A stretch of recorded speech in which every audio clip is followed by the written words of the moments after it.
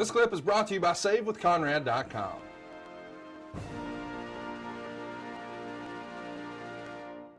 Well, you becoming undisputed champion at Armageddon, you know this was originally slated to be my win. I don't know if you told me. But you have to prove it. You don't have this. Okay. You have to prove it. Hold on. This is what I think Tell happened. the story. I think that Vince was holding you back again. Right. What he did is a month before the pay-per-view, he came to me and said, "Hey, I want you to be our undisputed champion. I'm going to combine the 2 world titles and make you the first undisputed champion in history." So 3 weeks goes by, and about a week before the pay-per-view, Vince comes up to me and says, "Hey, I changed my mind. I want Chris Jericho to do it. He has a lot of momentum right now, and I don't want to end it." And I think this is really when, when he changed his mind about you and Benoit, and he started pushing you guys the way you guys should have been pushed at the beginning. Right. And so he said, "Hey, are you okay with that?" Like, what am I going to say? No, I'm not okay with that. I want to be undisputed champion. Yeah. And I obviously said, "Yeah, Chris deserves it. And I'm okay with it." And it was just funny that he asked me if I was okay with it. Like I was going to be able to stop him from giving it to me. And you wouldn't have been, but it's cool that he showed you that respect. You know That is cool. Yeah. Because once again, it's Vince's, he can do what he wants. I mean, I remember he sat me down once a couple months before whatever WrestleMania it was and said, it's going to be you and Kevin Owens in the main event of WrestleMania, and you're going to win the title. It's going to be your babyface WrestleMania moment. Because at the time we had the hottest story on the show, Festival of Friendship and all that sort of thing. And a week later, he changed it to Brock and Goldberg for the title. And that was it. And what am I going to say? Like, hey, you told me, like, it is what it is. You can change it. We could be standing in Gorilla and he goes, "Hey, Kurt and Chris, I'm going to put Paul in there. And Kurt, you're not on the show tonight." You'd be like, "What?" But that's just how it was. Whenever he wants, whenever he wants. Yeah. And it's a famous story. I've told it before, but I had heard you had told me that you were going over for it.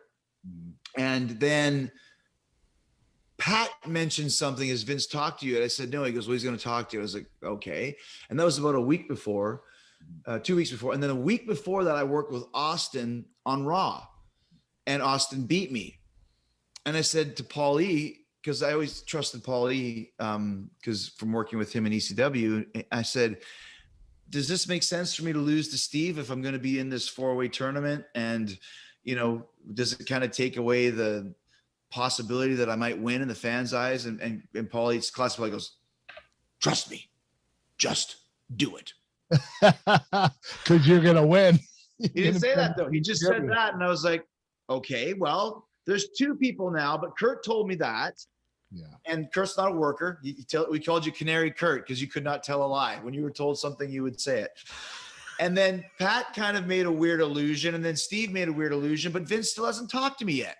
So I don't know what the fuck to do. So I'm in catering in San Diego. That's where the pay-per-view was. And this is when Vince used to still eat with the boys. There was a time he would sit around with the boys. I remember. Yeah. Yeah. And he was there with Undertaker, and they were not with me, but I was kind of sitting here, and they were just kind of off earshot, but they knew I could hear me, and to make sure Vince talked louder than normal. Like, hey, Taker. Yes, Vince. You know how the business is going down the toilet? How? Because we're putting the title on Jericho. And then he walks away, and I'm like, wow, man. And this is why, like, I remember this when Kurt Angle won the title. There's like 10,000 angles in the ring. When freaking Bret Hart won the title, every damn family member of the world wins. When I won the title, there's nobody there. And my wife was mad, and my dad was mad. I'm like, why didn't you tell us? I said, I didn't know. I found about it 3 hours ago. Everyone's giving me, I would have been there. I didn't know. I didn't believe it. So that was the plan for it. Yeah, that was it. That was the first title reign. And once again, it's one of those things. It was Vince probably flip-flopped a bit at the time because Hunter was hurt. He had torn his quad. I'm sure had he not been hurt, he would have been in that instead of me.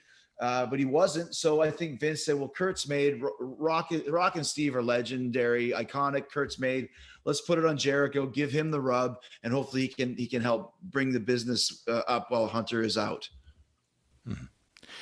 Speaking of stripping things down, he purchases WCW. He snuffs them out, and it's long been said that's the most money that was blown by the WWF. Do you think they could have done anything differently to fix how that whole transition went down? They could have done a million things differently, but it didn't matter. The thing with WWE, and you can analyze it every day, and Kurt knows what I'm going to say. You can say this shit happened. It doesn't matter. It's Vince's company. Pat used to say all the time, it's Vince's ice cream shop. Sometimes he wants chocolate. Sometimes he wants vanilla. Scoop the fucking ice cream. It's like, yes, there's a million things they could have run that Invasion pay-per-view for a year. The Invasion pay-per-view was the highest payoff I ever got in the WWE besides 2 or 3 WrestleManias. I was in 12 WrestleManias. It beat 9 of them. That's how big it was. It was a giant, giant check. And the match, Kurt, you might have been in, I don't remember, but it was a 10-man match. Yeah. There's 10 guys, and I got the biggest. Think about that. How much money did that pay-per-view make to pay the 10 guys in the main event? I don't know anyone else got. I heard it was like the 4th highest pay-per-view buy in the history. Yeah. So what if that was the first one, and then you went going? Vince wasn't interested. He'd been at war with WCW for so long. He bought it. He got a big blow off from it, and he said, "You're done." And that was his goal. He wants to kill it, squash it, end it, done. And that's what he did. Right. Hey, it's Conrad Thompson. Thanks for checking out the podcast here on YouTube. Be sure to hit the subscribe button and the notifications bell so you get a notice anytime we upload some new content. And go save yourself some money right now. If you're in a 30-year loan or you have credit card debt, it's not a matter of if I can save you money. It's a matter of how much. Find out right now for free at SaveWithConrad.com.